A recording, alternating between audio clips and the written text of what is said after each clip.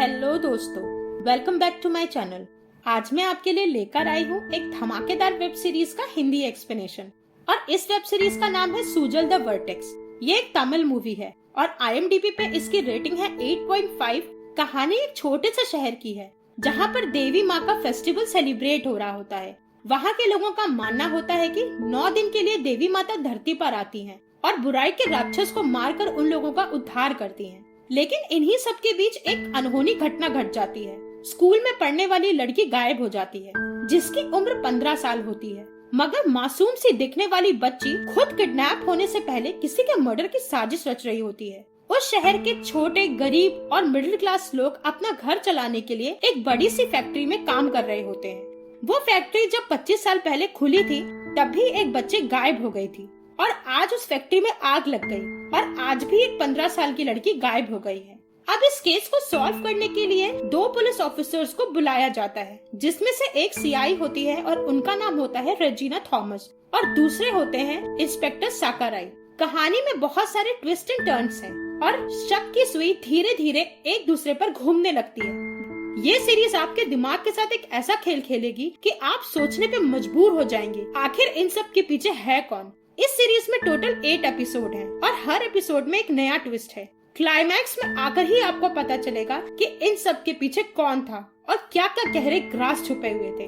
और इस web series की सबसे बड़ी खासियत है इसकी कहानी बताने का तरीका, जो कि देवी माँ और राक्षस के जरिए लोगों को समझाई गई है। इस सीरीज के हर कैरेक्टर की अपनी एक अलग पर्सनालिटी है। जैसे जैसे सीरीज आगे बढ़ती है इनकी पर्सनालिटी में भी काफी ट्विस्ट एंड टर्न्स आने लगते हैं। इस सीरीज में आपको थ्रिलर, सस्पेंस, डर कूट कूट के भरा हुआ मिलेगा जो आपके रोंगटे खड़े कर देगा। पूरी सीरीज देखने के बाद ही आपको एहसास होगा कि वाह, आपने क्या रियल मास्टरपीस देखा है। इस वेब सीरीज को अगर आपने इग्नोर कर दिया तो आप एक अच्छी सीरीज से हाथ धो बैठेंगे। तो मेरा मानना है कि आप ये सीरीज देखिएगा जरूर। और हाँ दोस्तों, अगर अभी तक आपने मेरे चैनल को सब्सक्राइब नहीं किया है तो मेरे चैनल को सब्सक्राइब कर दीजिए और बेल आइकन के बटन को प्रेस कर दीजिए ताकि आने वाली वेब सीरीज और मूवीज के एक्सप्लेनेशन के नोटिफिकेशन आपको टाइम पर मिलते रहे। तो चलिए दोस्तों, अब इस वेब सीरीज की शुरुआत करती हूँ। इस वेब सीरीज में जैसे कि मैंने पहले भी बोला था, मैं 8 एपिसोड्स एक साथ एक्सप्लेन करने वाली। सीरीज की शुरुआत में हम व्यूअर्स को दिखाते हैं सीमेंट फैक्ट्री का सीन, जहाँ पर हमको समुगम नाम का एक अधेड़ उम्र का आदमी दिखाया जाता है। समुगम इस फैक्ट्री का यूनियन लीडर होता है। फैक्ट्री में सारे कर्मचारी आज हड़ताल पर होते हैं। वो अपनी सैलरी से बिल्कुल खुश नहीं थे, इसलिए वो लोग अपने हक की लड़ाई के लिए यहाँ प्रोटेस्ट कर रहे थे। इतने में एंट्री होती है रेजिना थॉमस की, जो कि CI होती है शहर की, और फैक्ट्री के मालिक का बेटा त्रिलोक भी उनके साथ आता है। त्रिलोक बहुत नाराज होता है और वो गुस्से में आकर वर्कर्स से कहता है कि अगर तुम लोग काम नहीं करोगे और काम पर नहीं लौटोगे तो मैं नए लोगों को रख लूंगा और तुम लोग को यहाँ से निकाल फेंकूंगा। ये बात सुन के समुगम बहुत गुस्से में आ जाता है और वो कहता है कि अगर आपने ऐसा करने की भी सोची तो मैं इस फैक्ट्री को जलाकर राख कर दूंगा। इन्हीं सब के बीच एक कर्मचारी पत्थर फेंक के मारता है और वो पत्थर रेजिना मैडम को लग जाता है। अब क्या था, पुलिस वाले उन वर्कर्स पर लाठी चार्ज कर देते हैं। फैक्ट्री का बूढ़ा मालिक दूर से अपनी कार में बैठा ये सब देखकर दुखी हो रहा होता है और उसके बाद वो अपने ड्राइवर से कहता है कि घर चलो, मैं अब यहाँ और नहीं रह सकता। अब नेक्स्ट सीन हमको समुगम की तरफ दिखाया जाता है। समुगम अपने भाई के साथ घर आता है। समुगम अपनी बेटी नीला के साथ घर में रहता था, जो कि 15 साल की थी और 10th क्लास में पढ़ती थी। उसके घर से कुछ ही दूर में उसका भाई गुना और उसकी बीवी सालवी रहा करते थे। समुगम और उसकी पत्नी अलग हो गए थे, जिसकी वजह से उनकी बड़ी बेटी नंदिनी भी घर छोड़कर चली गई थी। नंदिनी कोयम्बटूर में रहती थी और एक IT कंपनी में जॉब किया करती थी। समुगम जब घर का दरवाजा खटखटाता है तो नीला दरवाजा नहीं खोलती, क्योंकि वो स्पीकर पर गाना सुनकर डांस कर रही होती है। समुगम जैसे तैसे करके घर के अंदर घुसता है और उसकी नजर नीला के रिपोर्ट कार्ड पर पड़ती है। वो देखता है कि नीला 2 सब्जेक्ट में फेल हो गई है। यह देखकर वो एकदम गुस्से में आ जाता है और अपनी बेटी को बहुत डांटता है और कहता है कि मोबाइल फोन, स्पीकर, इन सब की वजह से ही तुम फेल हो गई हो, और उसे गुस्से में कमरे में बंद करके उसका स्पीकर छीन लेता है। अब नेक्स्ट सीन में हमको रेजिना और उसका बेटा आदिश्याम को दिखाया जाता है। आदिश्याम और रेजिना में बहुत अच्छी बॉन्डिंग थी। वो दोनों माँ बेटे कम और बेस्ट फ्रेंड्स ज्यादा थे। अब सीन साकाराई पर शिफ्ट होता है। आज उसकी मंगनी होती है और रेजिना साकाराई को अपने बेटे की तरह मानती होती है। रात को एंगेजमेंट खत्म होने के बाद साकाराई रेजिना मैडम को घर छोड़ने आता है। वहाँ पर आदिश्याम भी होता है। आदिश्याम उसको बताता है कि मेरा बर्थडे आने वाला है और मैं आज रात को अपने फ्रेंड्स के साथ कहीं बाहर घूमने जा रहा हूँ उन्हें ट्रीट देने के लिए। अब साकाराई अपने घर आता है तो घर आते ही उसे एक कॉल आती है और उसको पता चलता है कि फैक्ट्री में आग लग गई है। साकाराई तुरंत फैक्ट्री के पास आता है और वहाँ से वो देखता है कि समुगम की स्कूटर दूर पे खड़ी हुई है। फैक्ट्री में इतनी भयंकर आग लगी थी कि एक के बाद एक धमाका होता ही जा रहा था, जिसको काबू पाना बहुत मुश्किल था। दमकल विभाग की गाड़ी भी आ जाती है। अब इतने में त्रिलोक और उसके पिता भी आ जाते हैं, जो कि फैक्ट्री के मालिक थे। वो अपने फादर से कहता है, आप माने या ना माने ये काम समुगम का है। उसने मुझे धमकी दी थी कि वो फैक्ट्री को जला देगा। समुगम अपने घर आता है, बहुत दुखी, उदास और नाराज। फिर सोचते सोचते वो सो जाता है। नेक्स्ट डे जब वो उठता है तो उसको पता चलता है कि उसकी बेटी घर पर ही नहीं है। नीला रात से ही गायब होती है। नीला की स्कूटी भी घर पर ही होती है, जबकि नीला अपनी स्कूटी के बिना कहीं भी नहीं जाया करती थी। अब दोस्तों से, आस पड़ोस से, आसपास की दुकानों से सब जगह नीला की तलाशी होने लगती है। नीला की चाची सेल्वी नीला की माँ को फोन करके बताती है कि तुम्हारी बेटी गायब हो गई है। वो नंदिनी को भी फोन करती है। अब सीन हॉस्पिटल की तरफ शिफ्ट होता है। पुलिस वहाँ पर एक वर्कर से पूछताछ करने के लिए आती है, जो कि उस आग में घायल हो गया था। त्रिलोक वहाँ आकर बार बार रेजिना मैडम से यही कहता है कि ये सब समुगम ने कराया है। साकाराई रेजिना मैडम को बताता है कि फैक्ट्री का सीसीटीवी फुटेज जलकर खराब हो गए हैं। अब आसपास के फुटेज से ही हमको पता चल पाएगा कि यहाँ पर कौन आया गया था। साकाराई को भी समुगम के ऊपर शक था। वो रेजिना मैडम से यही कहे जा रहा था कि जब मैं फैक्ट्री पहुंचा तो मैंने दूर खड़ी समुगम की स्कूटर को वहां देखा था। अब रेजिना मैडम भी उसको दोषी मानने लगती हैं और वो दोनों निकल पड़ते हैं समुगम को अरेस्ट करने के लिए उसके घर। वो लोग जैसे ही उसके घर पहुंचते हैं तो उन्हें ये पता चलता है कि नीला लापता है, मगर वो इस बात को हल्के में ले लेते हैं और समुगम को अरेस्ट करके ले जाते हैं। रेजिना पुलिस स्टेशन में समुगम को गुनाह कबूल करने को उकसाती है, मगर वो मना कर देता है। उधर रात हो जाती है। तमिलनाडु में देवी माँ की आराधना हो रही होती है। नवरात्रि का फेस्टिवल का आज पहला दिन होता है। उधर समुगम की बड़ी बेटी नंदिनी पुलिस स्टेशन पहुंचकर खूब हल्ला मचाती है। साकाराई पहले तो उसे प्यार से समझाता है, लेकिन जब वो नहीं मानती तो वो उसे डांट के भगा देता है। अब रात को साकाराई की टीम सीसीटीवी फुटेज देख रही होती है। बहुत देर तक सीसीटीवी फुटेज में कुछ भी नहीं मिलता, तो उसके साथ के कुछ ऑफिसर्स फ्रस्ट्रेट होकर घर चले जाते हैं। अब साकाराई अकेला ही उस फुटेज को देखने लगता है।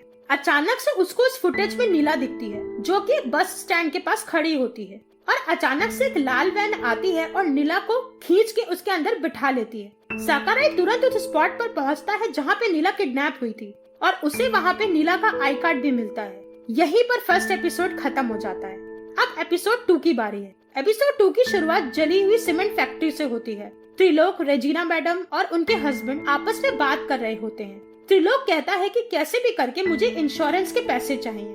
अब साकाराई आकर रेजिना मैडम को अलग से लेके जाता है और उन्हें फौरन वो सीसीटीवी फुटेज भी दिखाता है। साकाराई पूछताछ के लिए समुगम के घर जाता है और उनको बताता है कि नीला का किडनैपिंग हो गई है, जिसको सुनकर नंदिनी और उसकी माँ फूट फूट कर रोने लगते हैं और बेहाल हो जाते हैं। उधर त्रिलोक के फादर समुगम को पुलिस स्टेशन से छुड़वा कर ले आते हैं। इस बात पे त्रिलोक बहुत गुस्सा होता है और त्रिलोक गुस्से में अपने पिता के कमरे में जाने लगता है। उसी वक्त एक आदमी त्रिलोक से मिलने आता है, जिसे त्रिलोक नजरअंदाज कर देता है। वो अपने पिता के पास आकर उन पर नाराज हो जाता है और कहता है कि आपने समुगम को क्यों छुड़वाया।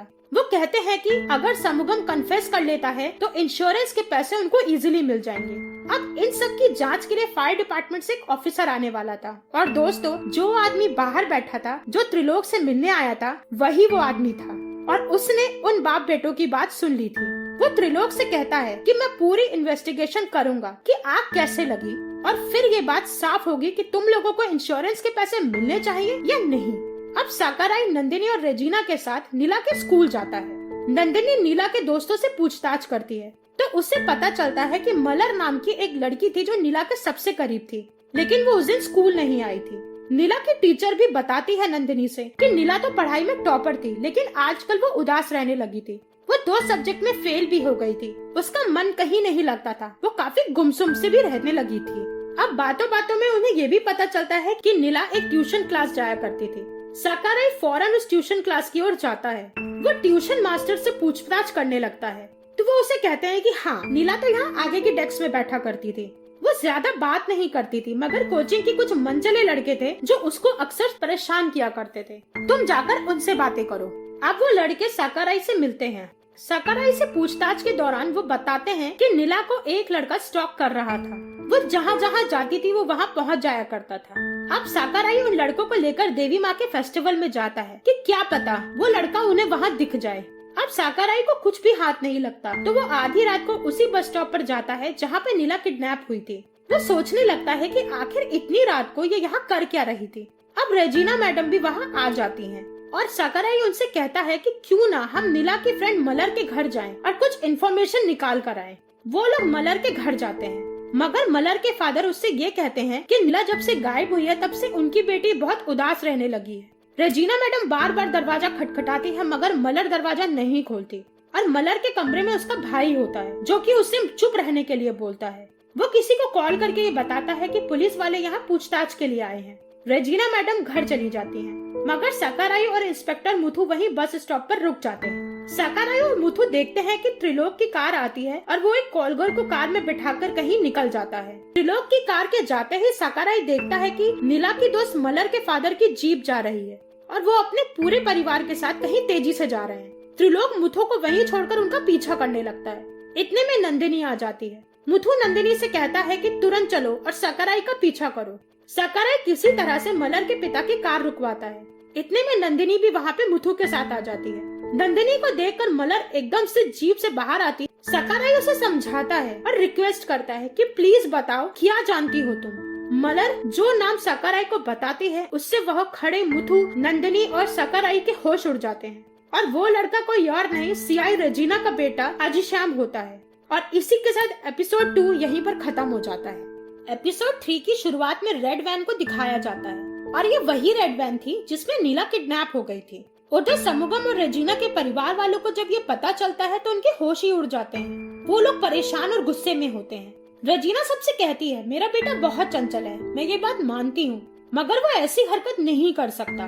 वो अपने बेटे के भेजे हुए वॉइस मैसेजेस को सबको सुनाने लगती है। वो कहती है कि अगर मेरा बेटा किडनैपिंग करता तो वो रोज मुझे मैसेजेस क्यों भेजता।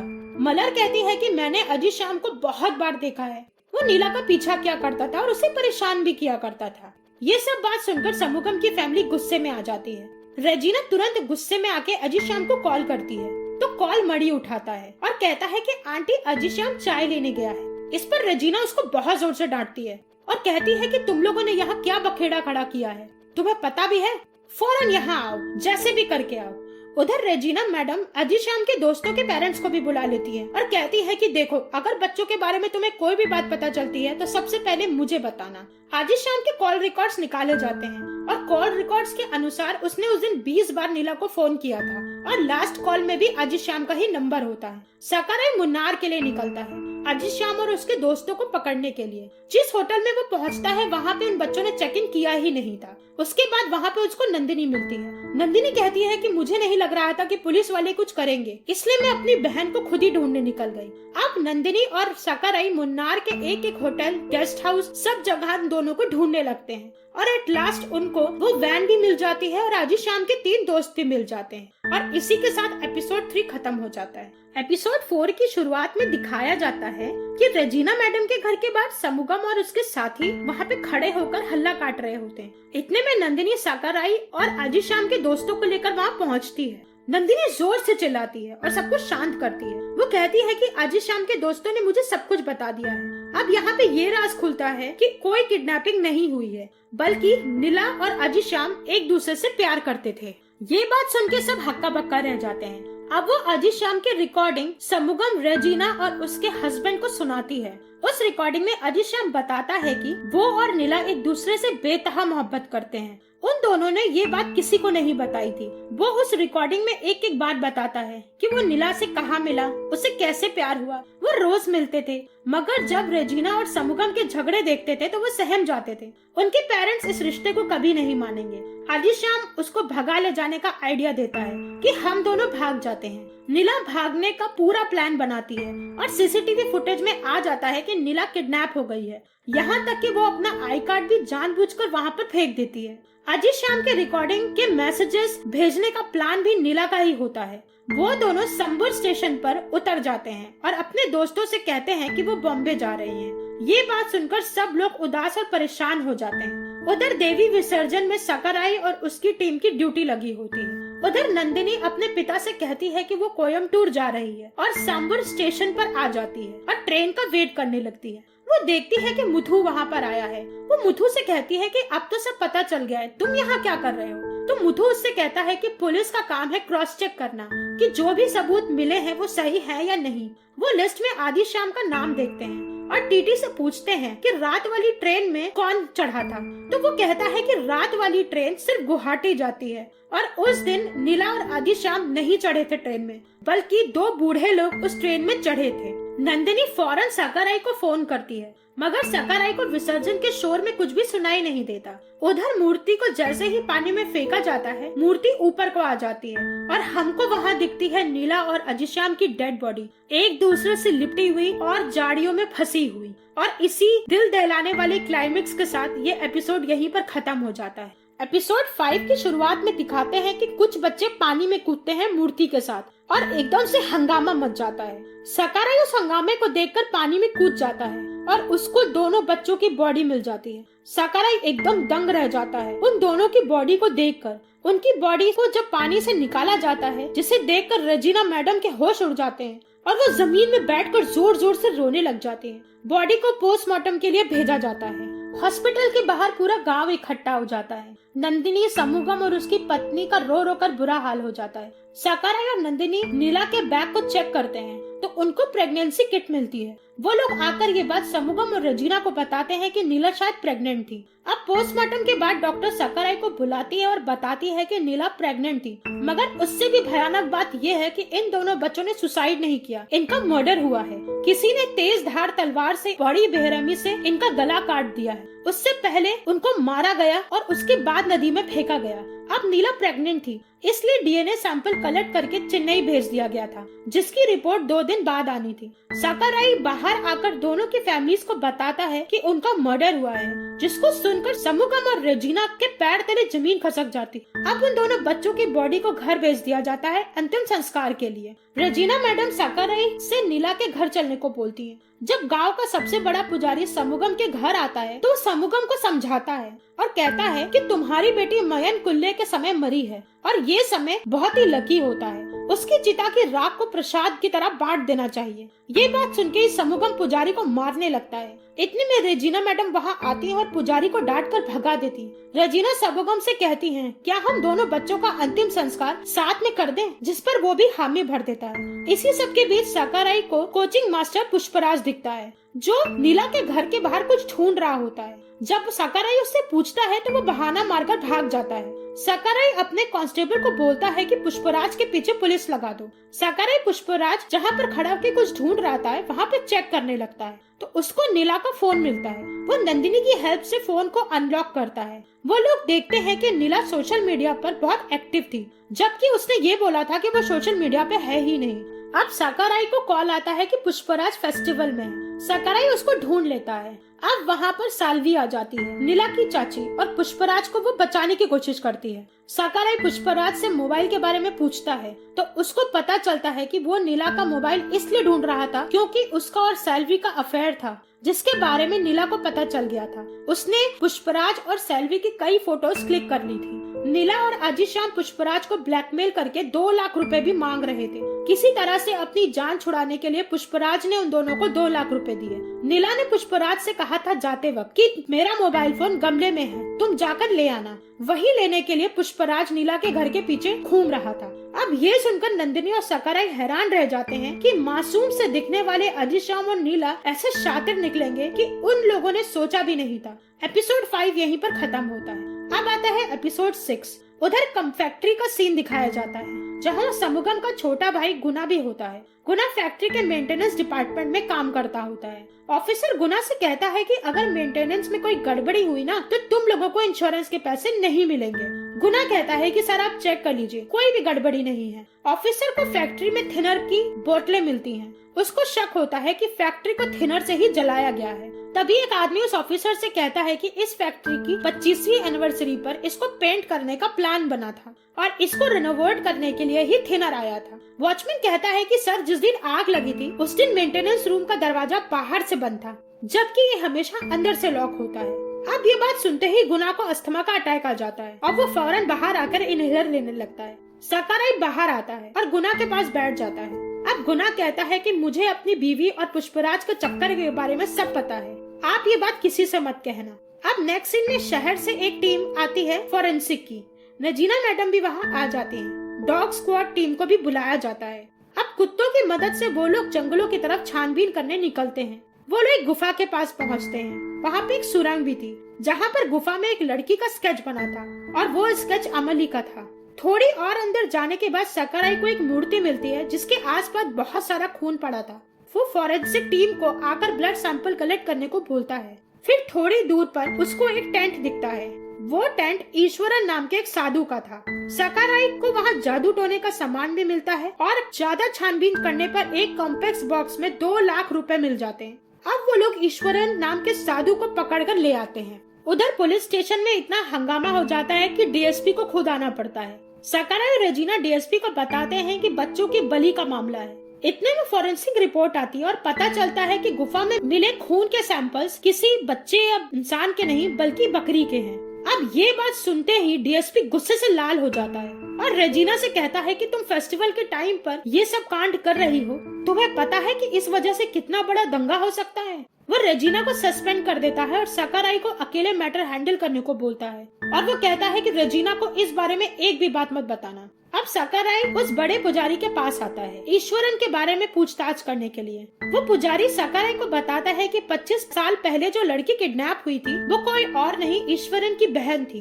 अब सकाराई अमली की तस्वीर लेके ईश्वरन के पास जाता है और उसे कहता है कि प्लीज सच बता दो, तुम्हारी बहन की तरह ही एक छोटी बच्ची का मर्डर हो गया है। ईश्वरन टूट जाता है और सकाराई को बताता है कि उस रात नीला और अजीशाम ईश्वरन के पास आए थे और उसको 2 लाख रुपए का लालच देने लगे और कहने लगे कि उनको किसी का खून करवाना है। लेकिन ईश्वरन ने जैसे ही वो 2 लाख रुपए देखे तो वो बहक गया और उसने उन बच्चों को डांट के भगा दिया और उनसे पैसे छीन के चला गया। ये बात सुनकर सकाराई अपना सर पकड़ लेता है और हैरान लिख जाता है कि आखिर अजीशाम और नीला करना क्या चाहते थे। अब नेक्स्ट डे नंदिनी और सकाराई नीला की डीएनए रिपोर्ट के बारे में जानने के लिए हॉस्पिटल आते हैं और अब जो उनको पता चलता है उससे तो उनके होश ही उड़ जाते हैं। डॉक्टर बताती है कि नीला के पेट में अजीशाम का बच्चा नहीं है। डॉक्टर ये भी कहती है कि नीला को कोई बहुत दिनों से फिजिकली हैरेस कर रहा था और उसका रेप भी कर रहा था।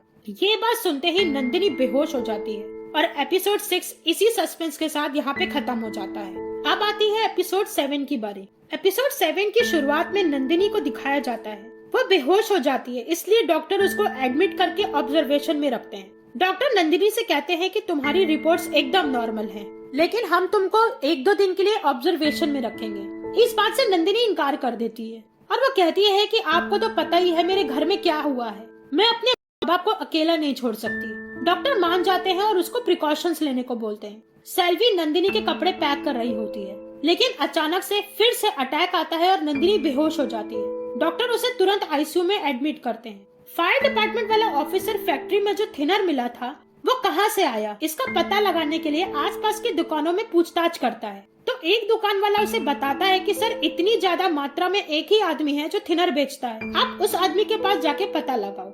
अब फॉरेंसिक वालों को मर्डर वेपन मिल जाता है और तब नीला के सोशल अकाउंट को हैक करके सकाराई की टीम को पता चलता है कि डॉक्टर डेविड नाम का एक फेक अकाउंट है जो नीला और उसके स्कूल के खो खो ग्रुप को फॉलो करता है, मगर वो शातिर आदमी कौन है इसका पता नहीं चल पाया है। इन्हीं सब का पता लगाने के लिए सकाराई मुथु के साथ नीला के स्कूल जाता है और उन्हें वहाँ पे मलर मिलती है। सकाराई मलर से पूछता है कि यहाँ तुम्हारे खो खो गेम को देखने लड़के भी आते हैं, तो वो बताती है कि बॉयज यहाँ पे अलाउड नहीं है, वो सिर्फ एनुअल फंक्शन के दिन ही आ सकते हैं। इतने में ये लोग प्लेग्राउंड में त्रिलोक को देखते हैं। मलर उनको बताती है कि खो खो टीम क्लब के ओनर तो त्रिलोक सर हैं और वो अक्सर यहाँ पे आते हैं, उन्हें कोई रोक टोक नहीं है। वो यहाँ जब भी आते हैं तो हमारे लिए जूस गिफ्ट्स भी लेकर आते हैं और हमको बहुत चीयर अप भी करते हैं। लेकिन सकाराई को त्रिलोक के बिहेवियर्स पे शक होने लगता है। वो चुपके से मलर से त्रिलोक की पी हुई पानी की बोतल को ले आता है और तलवार पर जो फिंगरप्रिंट होते हैं उसको मैच करने के लिए लैब में भेज देता है। उधर वो फायर ऑफिसर बताए हुए आदमी के पास थिनर लेने बहाने से जाता है, लेकिन वो आदमी उसको मना कर देता है। वो कहता है सर मैं थिनर नहीं रखता हूँ। इतने में एक बूढ़ा गरीब आदमी उससे कहता है कि सर अगर आप मुझे पैसे देंगे ना तो इसके बदले मैं आपको बताऊंगा कि थिनर आखिर किसने लिया और कहाँ से लिया। सकाराई रेजिना और समुगम को बताता है कि त्रिलोक ही कल्प्रिट है। वो उससे कहते हैं कि त्रिलोक बहुत गंदा आदमी है। उसी ने खो खो क्लब का शुरुआत किया है ताकि वो छोटी छोटी बच्चों को मोलेस्ट कर सके। रात को सकाराई त्रिलोक के फार्म हाउस पर जाता है। वो देखता है कि त्रिलोक किसी औरत के साथ वहाँ खड़ा हुआ है। फिर वो उस औरत को अपनी कार में बैठा लेता है। सकाराई उनका पीछा करता है। त्रिलोक उस औरत को बाजार में उतार देता है और घर की ओर निकल पड़ता है। सकाराई रेजिना को बताता है कि त्रिलोक अकेला निकला है। रास्ते में रेजिना और सामुगम त्रिलोक को पकड़कर फैक्ट्री ले जाते हैं और उसको मारने लगते हैं। सकाराई उस औरत का पीछा करता है और वो उस औरत तक पहुंच जाता है, लेकिन जैसे ही वो उस औरत को देखता है तो वो औरत किन्नर होती है। वो किन्नर सकाराई से कहती है कि त्रिलोक जी बहुत अच्छे आदमी हैं और किसी भी बच्चे को वो कभी मोलेस्ट कर ही नहीं सकते। आप उन पर शक मत करिए। त्रिलोक कहता है कि तुम इतने ठोस और पक्के यकीन से कैसे कह सकती हो। वो कहती है क्योंकि त्रिलोक सारे गे हैं। सकाराई अपना सर पकड़ लेता है और वो तुरंत फैक्ट्री की तरफ पहुंचता है। रेजिना मैडम को रोकता है और उन्हें बताता है कि मैडम हमसे बहुत बड़ी गलती हो गई, ये वो बंदा नहीं है। और इसी के साथ एपिसोड 7 खत्म हो जाता है। तो चलिए दोस्तों, अब हम आते हैं एपिसोड 1 की तरफ, जो कि लास्ट एपिसोड है। फाइनली सारे राज खुल जाएंगे कि मर्डर किसने किया था, फैक्ट्री को किसने जलाया था। उधर फायर डिपार्टमेंट ऑफिसर को पुलिस की जीप में थिनर मिलता है। इसके बाद वो फैक्ट्री के लॉयर के पास जाता है, जहां लॉयर उसको बताता है कि त्रिलोक जब से इस फैक्ट्री को संभाल रहा है, ये फैक्ट्री बहुत ही खराब हालत में है, कंपनी का दिवाला निकलने वाला है। अब समुगम और वर्कर्स ने मिलकर एक कॉन्ट्रैक्ट तैयार किया और उसको रीनेगोशिएट किया। अब वो ऑफिसर त्रिलोक के फादर के पास आता है, जो कि अपने बेटे को देखने हॉस्पिटल आए थे। वो ऑफिसर कहता है कि मुझे पता चल गया है सर कि फैक्ट्री को खत्म करने में कौन कौन है, किसने किसने इसमें उनका साथ दिया है। अब यहाँ खुलता है एक बहुत बड़ा राज। वो कहता है कि फैक्ट्री को समुगम ने ही जलाया है। थिनर खुद रेजिना मैडम लेकर आई थी और रेजिना मैडम ने ही थिनर खरीद कर फैक्ट्री तक पहुँचाया था। और तीसरे इंसान तो आप खुद हैं, जो इस प्लान में शामिल हैं। आपको पता था कि ये कंपनी डूबने वाली है, इसलिए आपने फैक्ट्री में आग लगवा दी और इल्जाम सगोमन पर डाल दिया।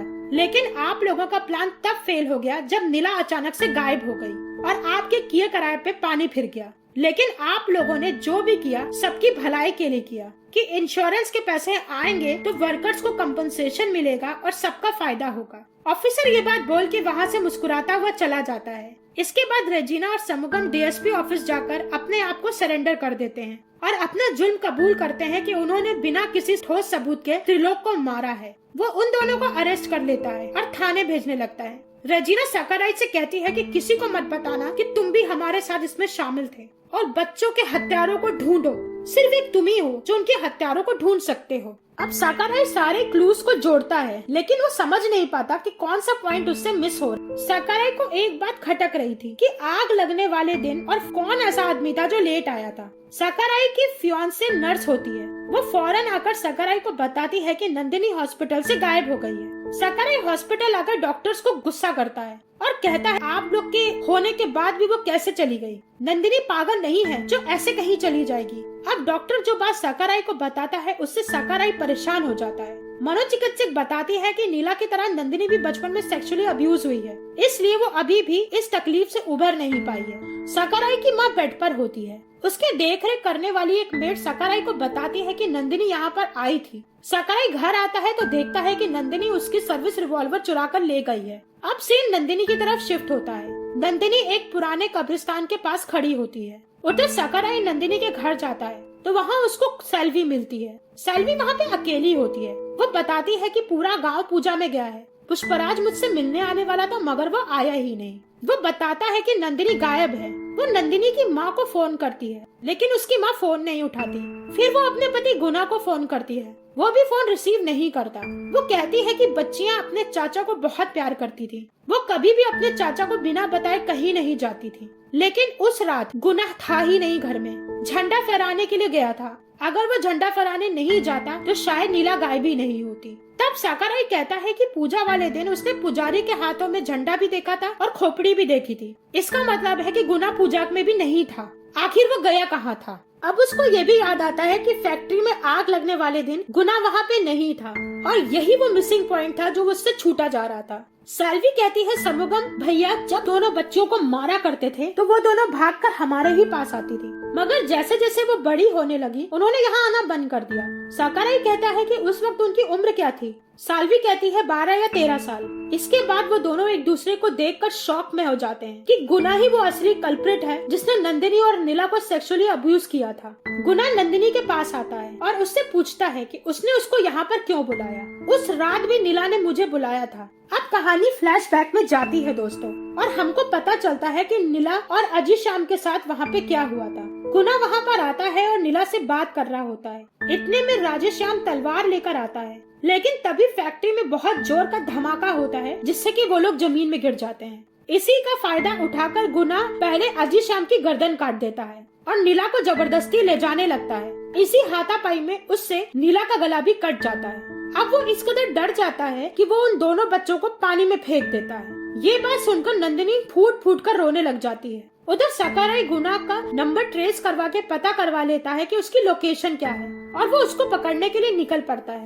नंदिनी कहती है, तुमने मेरे साथ जो किया उसी के डर से मैं भाग गई थी। तो वो कहता है, तुम अकेले क्यों गई, अपनी बहन को क्यों नहीं ले गई, उसे तुमने मेरे पास जानबूझकर छोड़ा। नंदिनी ये बात सुनते ही बहुत जोर जोर से रोने लगती है और उसको गिल्ट होता है कि काश वो अपनी बहन को भी अपने साथ ले जाती। वो नंदिनी से कहता है कि मैं तुमसे बहुत प्यार करता हूँ और हम इस शहर को छोड़कर चले जाएंगे। गुना ने नंदिनी के हाथ से बातों बातों में रिवॉल्वर भी ले ली थी। उधर साकुराई भी वहाँ आ जाता है। गुना और साकुराई में मारपीट होने लगती है। नंदिनी एकदम से होश में आती है और गुना की बॉडी में 6 की 6 गोलियां उतार देती है। गुना के मरते ही माँ प्रसन्न रूप में दिखाई जाती है। दोस्तों, ये कहानी इसी बात पर आधारित है कि कितनी छोटी बच्चियां अपने ही घर में अपनों से ही मोलेस्ट और सेक्सुअली अब्यूज हो रही हैं। उनके मासूम दिल पर क्या बीतती होगी सिर्फ वही जानती है, और जिंदगी भर वो इस गिल्ट में अपने आप को दोषी मानती रहती हैं। इसी के साथ ये वेब सीरीज यहाँ पर खत्म हो जाती है। तो दोस्तों, ये थी web series Sujal the vertex की पूरी कहानी। प्लीज आप मुझे कमेंट बॉक्स में जरूर बताइएगा कि आपको ये कहानी कैसे लगी। तब तक के लिए goodbye and thank you.